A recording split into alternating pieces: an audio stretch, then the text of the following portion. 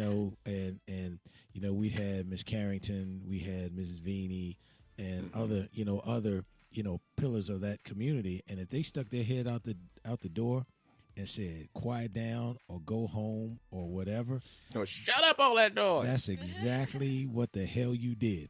That's right. And you knew that if that report got across the street that you didn't do it, oh man, Mm-hmm. all hell was going to break loose in your house. That's right. If it didn't break out from, Miss Carrington, Miss Veeney, or whoever's mother, Mrs. Hall, whoever was dealing with you.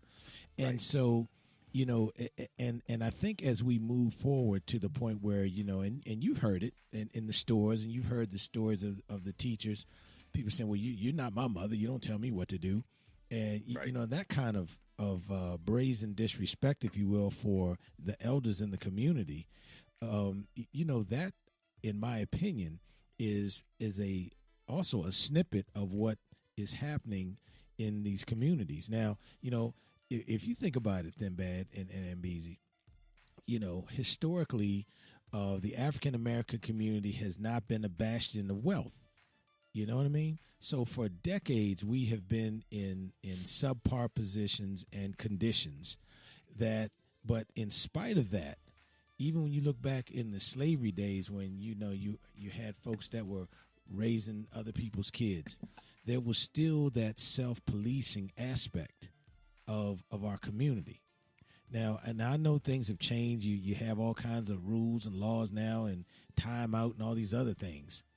But I think if we're really going to look at this, we have to look at internally what types of things need to happen for us to deal with these types of things and deal with some of these types of people. Now, I get it. There is that percentage of folks, no matter what you say, no matter what you do, they're just bad seeds.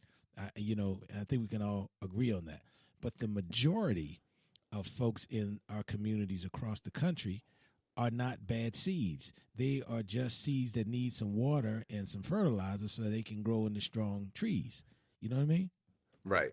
Right. And yeah, and that's, and they're going to try you. Sometimes they're going to try you. I used to work in juvenile services, and they, kids, some of the kids, unfortunately, are so used to being abandoned, lied to, or whatever, that they're going to try you first. They're going to see how serious you are about their life or the direction of their life and what it is that you want to do with them. But and there are some folks who, seem to be bad seeds. I have a hard time subscribing to that because I just think folks do bad, bad stuff. But I try to go with it. There's no bad people, but then I got to think about the president.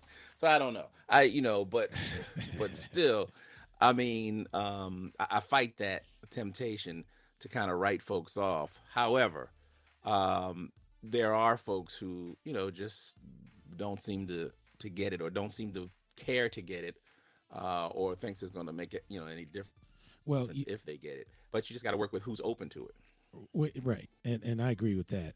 or And focus on it. exactly, and of course we have another comment off of the chat line that says that too many want immediate gratification. Right. If it doesn't work right now, we don't follow through. What do you think of that comment from the chat line? Yeah, I think that's true. I think we're in this, this microwave instant, gratification. As I said, that they don't want to work and not see any fruit from their labor. But the person who plants the date tree, knows that they may not live long enough to eat the fruit of that tree, but their children will. And so you got to be willing to do something for someone other than yourself. And I think that would solve so many other problems. The other point you have these election cycles. So people want to make a difference while they're in office. So they're looking at 2-year windows or 4-year windows. And if it doesn't work in that period of time, oh, well, we're going to try something different, or we're going to reallocate funds here. We're going to pull back over here. We're not going to use we don't want to send so much money to the police because people are not happy with the police. So we're going to focus on this, all of this so that they can run on it, and have it as a campaign slogan or speech. But you know what? It took decades for these problems to manifest. So it's going to take some time for you to turn them around. You're not going to be able to turn it around You might not be able to turn it around in a 4-year election term. Oh no, you won't. So right. Well, So you've got to be willing to kind of stick with it, even if it means your ass may lose your election. well, If you're on something, you have to stay with. Don't go changing, with the wind, because that's not going to happen. But folks aren't willing to do that. They aren't willing to take the loss. They won't take the L. right. You got to take some L's. Well, Right. but see, Facts. Facts. That's what humbles you, That's what humbles you. Right. Well, and you talked about the election cycle, but again, then bad. I have to go full circle on this. The election cycle doesn't mean crap if you're not voting. Facts. And see, that's the problem That's that I true. have, man.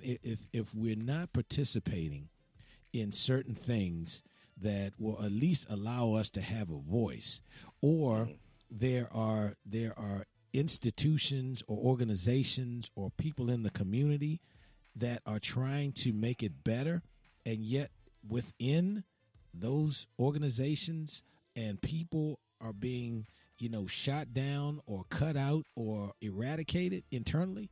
I mean, it just makes no sense. You Right. know, and that's the problem that I'm having. I think the comment from the chat line was spot on. I want it right now. I want to. I just started working for Burger King, and I started on Tuesday, and on Thursday I want to know, well, how come I'm not working in corporate yet? Or why don't I have a 5-car garage and all these other trappings? Right. That whole immediate gratification thing, but that is offered when you look at some of the videos and some of the other reality shows. It's like, okay, here's a way to get what you're thinking the American dream is, but hey man, don't tell nobody, but here's a shortcut. And Right. with that whole instant gratification mindset, and also not policing within the community, and then not participating in the whole civic process. Now, it's not perfect by a long shot. I think we can all agree on that. But damn it, get in there and at least participate. Agreed. You get no argument from me. You get no argument from me there. But again, I think it's incumbent upon. There's no one right thing to do. There's a number of. It's not a either or kind of thing. It's a both and. The community's got to get involved. Sure. They've got to hold elected officials accountable. Elected officials have to be willing to stand up to huge lobby like NRA. Folks who are in the way of gun stuff. And I hear people that talk about, well, it's just the law-abiding citizens are using guns the right way. So the people who are doing the crimes aren't thinking about buying a gun legally anyway. But anything, I think, that just kind of curbs some of that, because you can get a gun fast as you can get a driver's license. Sure. Or anything else. But I think it takes the community, this whole snitching thing. They got to figure out something else. Well, and again, Thimbad, even when you look at the whole gun thing, now, in certain communities, owning a gun and having a gun, even if it's just I live on a farm and I use it for, stuff that you do in a rural situation, that is sometimes interpreted as that's the patriotic American thing to do.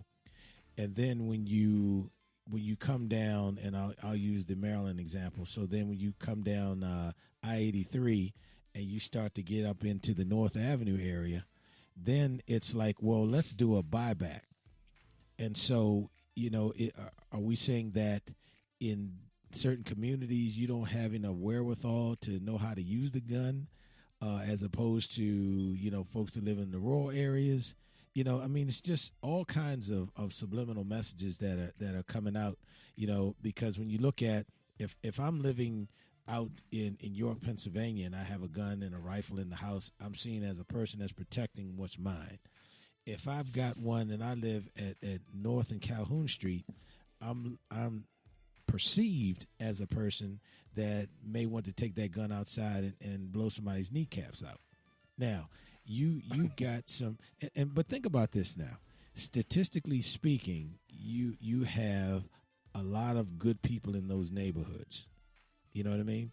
You really do, and we know people in those neighborhoods, and just like we know people in the rural areas. Right. But again, the perception, the ability or the willingness to participate, the cleaning up your house internally, the whole instant gratification thing.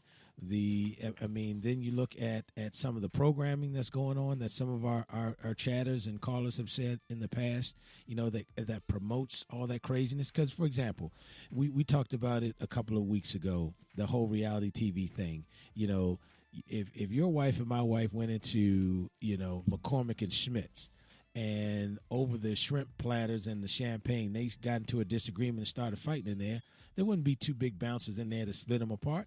You and I will be scraping up bail money to get our wives out of jail. But if you subscribe to what you're seeing on that program, Real Housewives of Aquatica, of anywhere, right? Then that's the way you deal with conflict. So there are just so many things that I think are contributing to this. I mean, you certainly, you want the police to get out and do what they do and solve crimes, and that's great, and that's what they're there for. But they need some support, and they need some folk that are doing some self-policing as well, to kind of at least cut down on these types of things. I mean, it's good to see the crime numbers going down, but again, you just hate to keep seeing these types of things happening, every other month or every couple of weeks, where, it's just some horrible thing that's now on YouTube, Instagram, Twitter, whatever you get your news from. And, just again, showing that here's something that was positive in the community that has now been, spray painted as some crazy, out of control situation. And, it's just, it's annoying. Right. Well, I don't know. We've kind of covered the ground on this, yes, sir. but it's still gonna be an uphill fight. Sure. And I think I think it's a worthwhile fight. As I said, if your dreams aren't big enough, if your dreams can be accomplished in your lifetime, they're just not big enough.